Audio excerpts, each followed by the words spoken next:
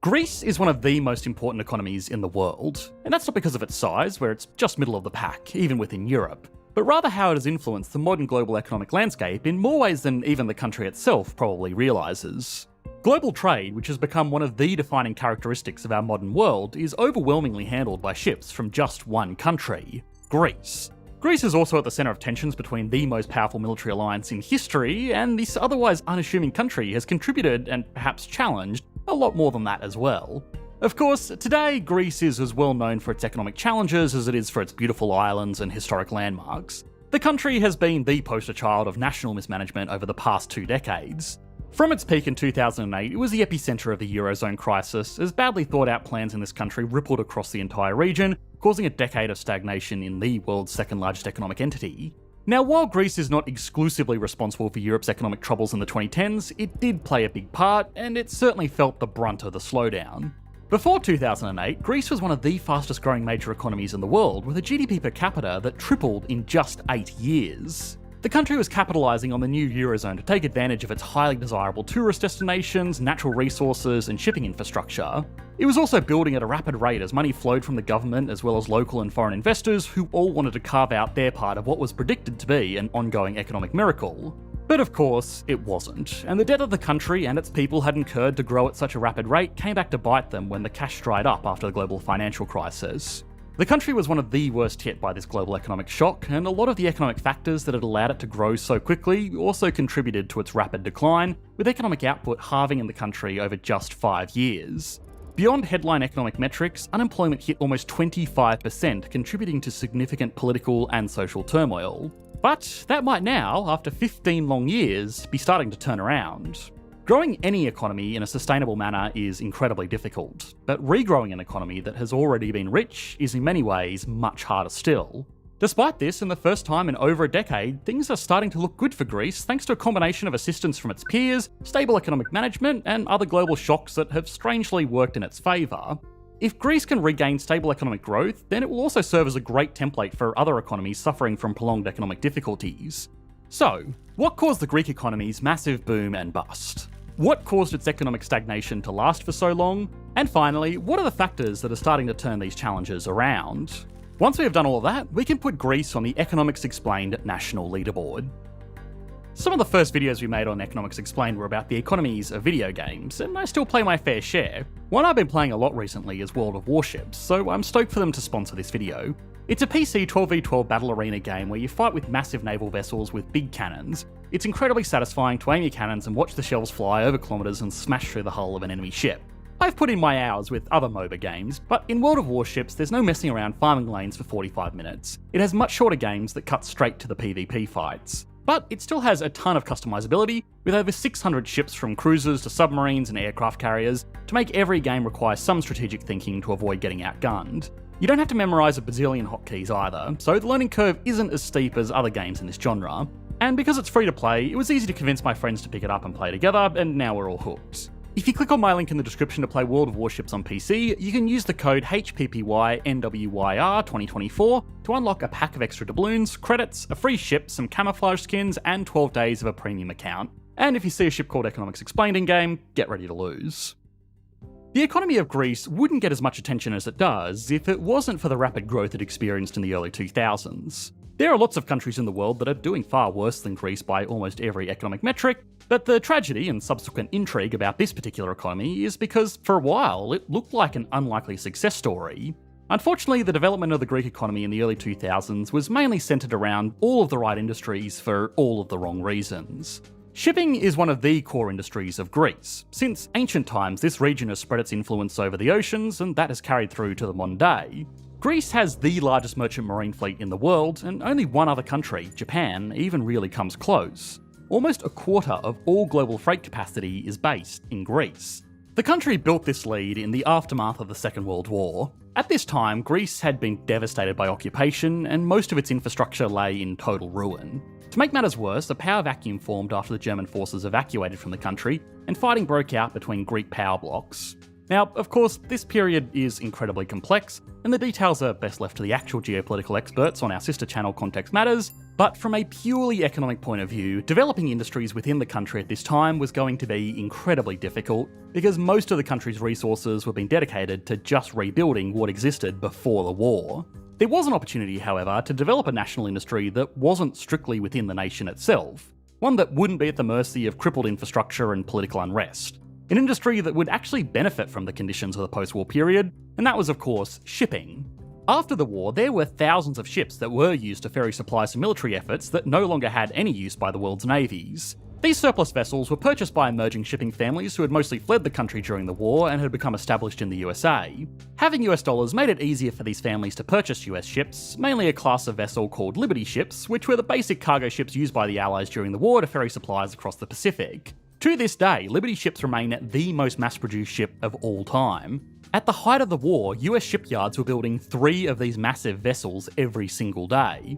After the war was over, the Allied navies no longer needed these vessels, so they were practically given away to surplus buyers based in the USA, and even though the Greek families that had moved to the US during the war were going to use these ships for Greek shipping companies, that was good enough for the US Navy so long as they reserved the right to commandeer them if war broke out again. The details were fascinating, but what it all meant was that Greece was in a perfect position to capitalise on the global trade boom right as it was getting started at the end of the Second World War.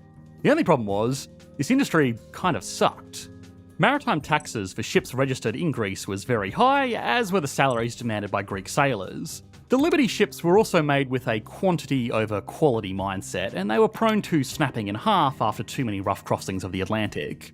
Of course, with the benefit of hindsight, it's clear that Greek shipping companies did figure out a way around these problems, but it's how they did it that says a lot about the nature of the Greek economy, even to this day. Their first step was to phase out the Liberty ships for custom-built cargo transports made by the shipyards in the UK that were desperate for work after the end of the war. The next step was to ditch the Greek flag registration and sail their ships under the flag of a country with no taxes on maritime activities. These are known as flags of convenience, because since ships aren't tied to one place, it really doesn't matter where they are registered. For the same reasons, they also ditched the Greek crews in favour of whoever would work for the lowest cost. Another business practice that Greek shipping companies became infamous for was not being too concerned about what was being shipped or to whom. Even today, while Greece accounts for a massive share of the global shipping fleet, it's really a Greek operation in name only. Most of the ships trade foreign goods under foreign flags between foreign countries with foreign crews, all to make the most profit possible for foreign investors. A lot of Greek shipping isn't even managed from Greece anymore, as operations have moved to countries like the UK, Singapore, and even Norway. Greece's presence in the EU is really the only thing keeping these ships in any way related to Greece. The industry has massive influence in the country, and they've used that to push favourable trade conditions and considerations for their ships, while only contributing about 1% of economic output. Now, the story of Greek shipping and how it evolved with global trade over the past half-century is fascinating in its own right, but the way it grew so large while providing so little real value to the Greek economy is something that is common amongst not just shipping, but most of Greece's major industries. The growth boom of the early 2000s was mostly driven by construction. The adoption of the euro also helped to develop other industries like tourism and manufacturing.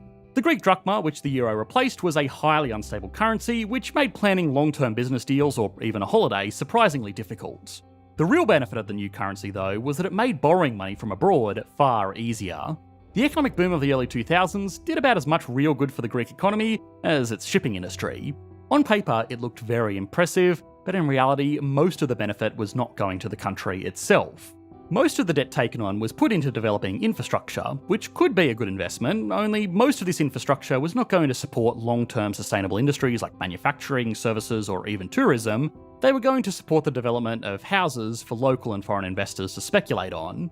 In the years between 2000 and 2008, net inflows of foreign direct investment accounted for as much as 2% of all GDP, which means, in a sense, every year 2% of the country's total output was being sold to foreign investors.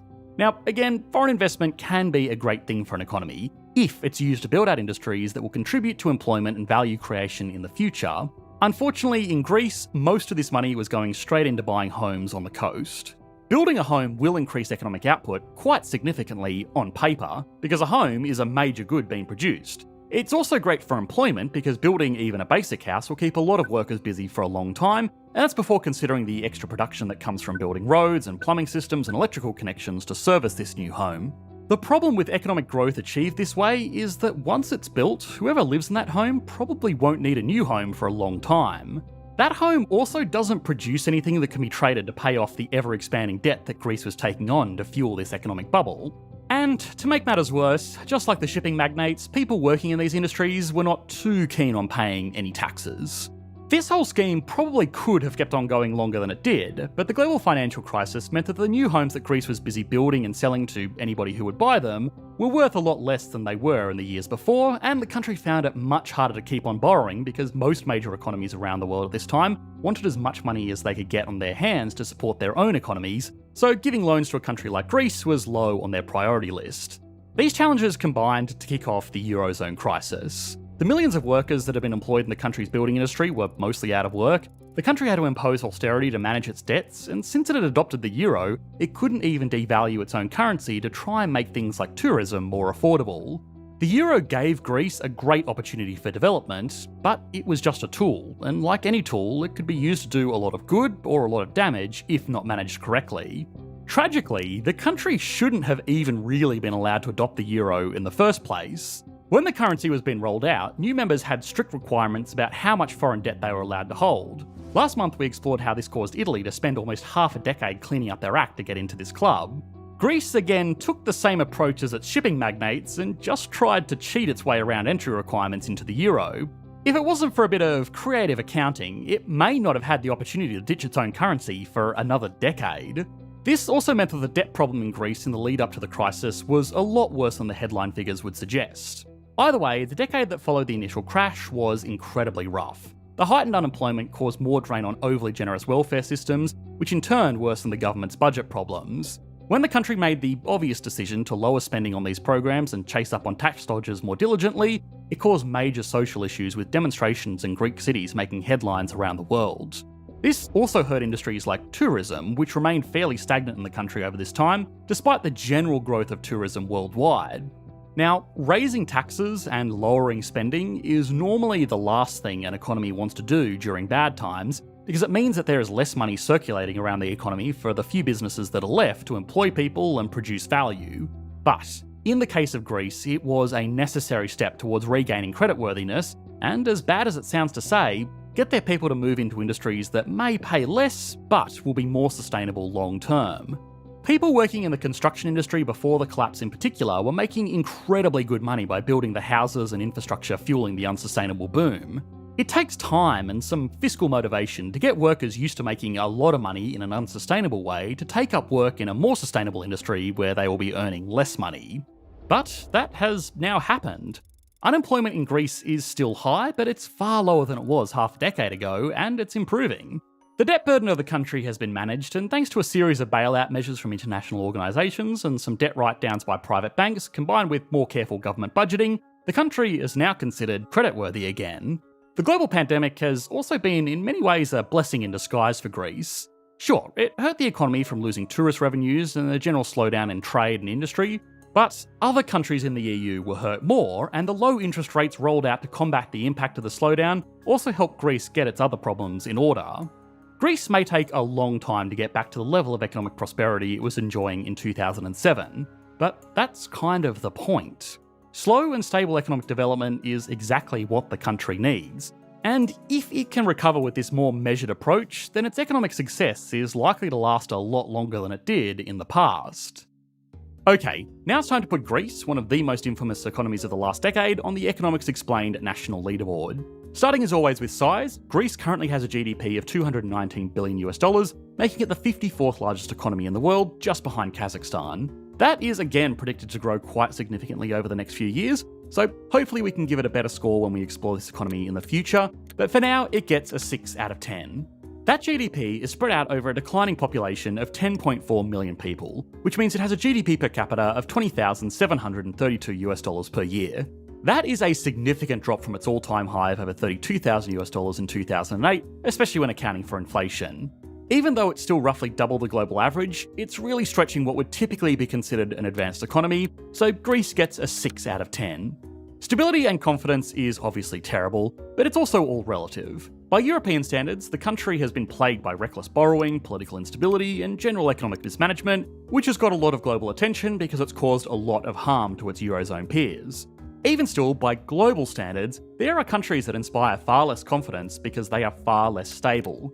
Greece gets a 5 out of 10, which is not great, but is fair considering that it's still a democracy, still using the world's second most recognised currency, and has even made progress towards resolving major issues that caused this instability in the first place. Growth is simply a 0 out of 10 because the country has gone backwards over the last decade for all of the reasons that we've explored in this video. Industry might be the most interesting component here. Greece does technically have the world lead in one of the most important global industries, shipping. But given the nature of this industry and the influence that it's had over the country, not much of the benefits flow back into the domestic economy. Even still, with the addition of tourism, high-end agriculture, and a healthy supply of natural resources, it still gets a very strong 7 out of 10. Altogether, that gives Greece an average score of 4.8 out of 10, which is obviously not great, but might still be higher than most people would expect, which is a fantastic demonstration of all economic challenges being relative. Now, there were a lot of similarities between the Greek and Italian economy that we didn't want to repeat here since we made an entire video about Italy's economic challenges just last month, which you should be able to click to on your screen now. Thanks for watching, mate. Bye.